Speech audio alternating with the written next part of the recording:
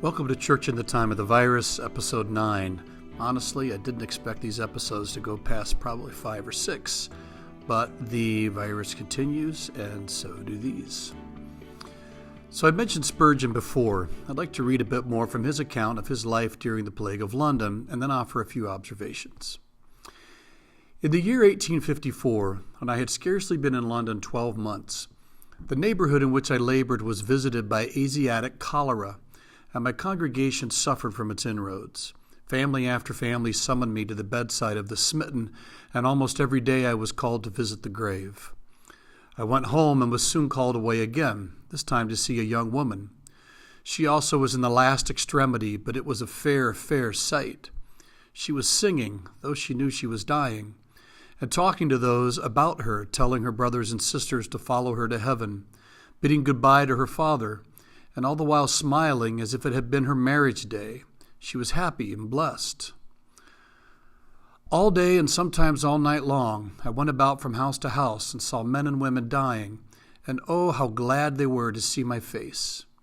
When many were afraid to enter their houses lest they should catch the deadly disease, we who had no fear about such things found ourselves most gladly listened to when we spoke of Christ and of things divine. There was one occasion when around 3 o'clock in the morning, Spurgeon was summoned to visit a dying man who was not a Christian. This man had actually been a very vocal opponent of Spurgeon. And Spurgeon records this: "That man in his lifetime had been wont to jeer at me. In strong language he had often denounced me as a hypocrite. Yet he was no sooner smitten by the darts of death than he sought my presence and counsel, no doubt feeling in his heart that I was a servant of God, though he did not care to own it with his lips. I stood by his side and spoke to him, but he gave me no answer. I spoke again, but the only consciousness he had was a foreboding of terror, mingled with the stupor of approaching death. Soon even that was gone, for sense had fled, and I stood there a few minutes, sighing with the poor woman who had watched over him, and altogether hopeless about his soul." As you might imagine, these were challenging times for Spurgeon. He writes, "At first I gave myself up with youthful ardor to the visitation of the sick, and I was sent for from all corners of the district by persons of all ranks and religions.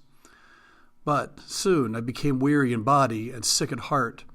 My friends seemed falling one by one, and I felt or fancied that I was sickening like those around me. A little more work and weeping would have laid me low among the rest. I felt that my burden was heavier than I could bear, and I was ready to sink under it.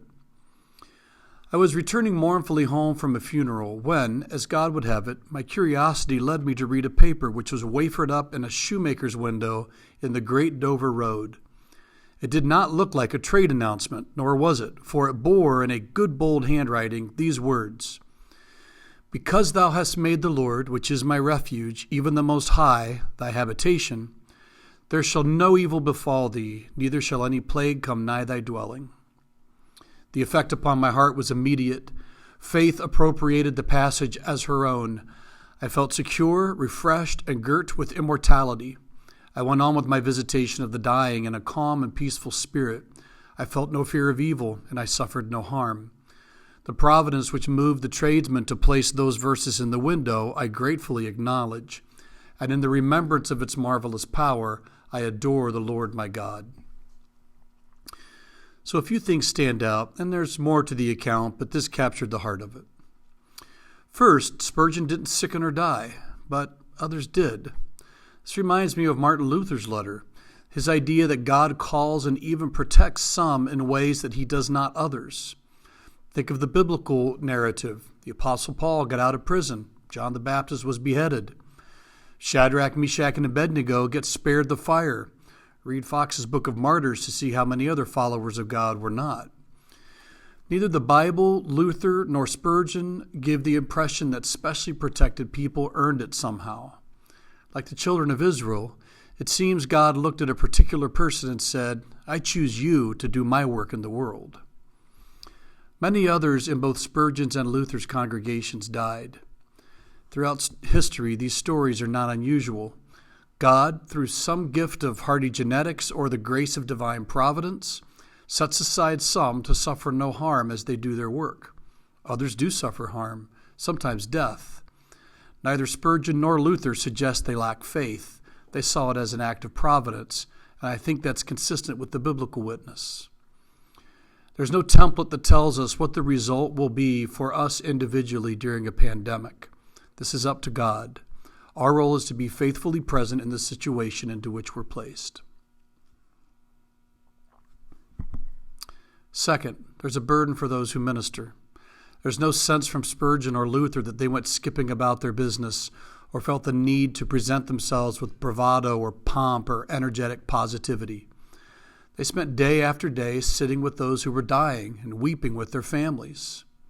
I'll be honest, I don't have much time for people on TV who claim such great faith that sickness can't touch them, and then they remain isolated from those from whom they say they are protected and whom they say they can heal, or from whom they say they can blow the virus away. Go to them.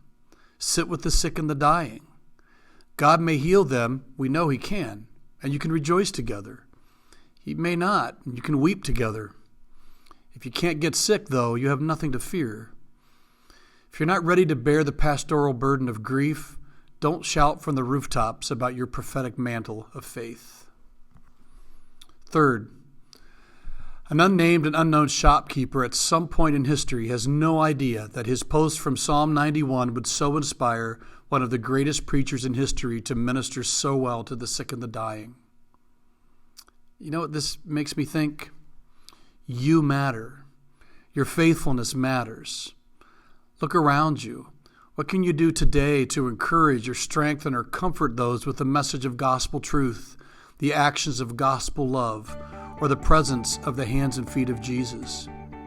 You may remain unnamed and unknown when we talk about the virus and the quarantine of 2020, but you have no idea what the ripple effect of your life is. Your faithfulness matters. Love God, love others, be a faithful presence. God will do what God does with a life such as this.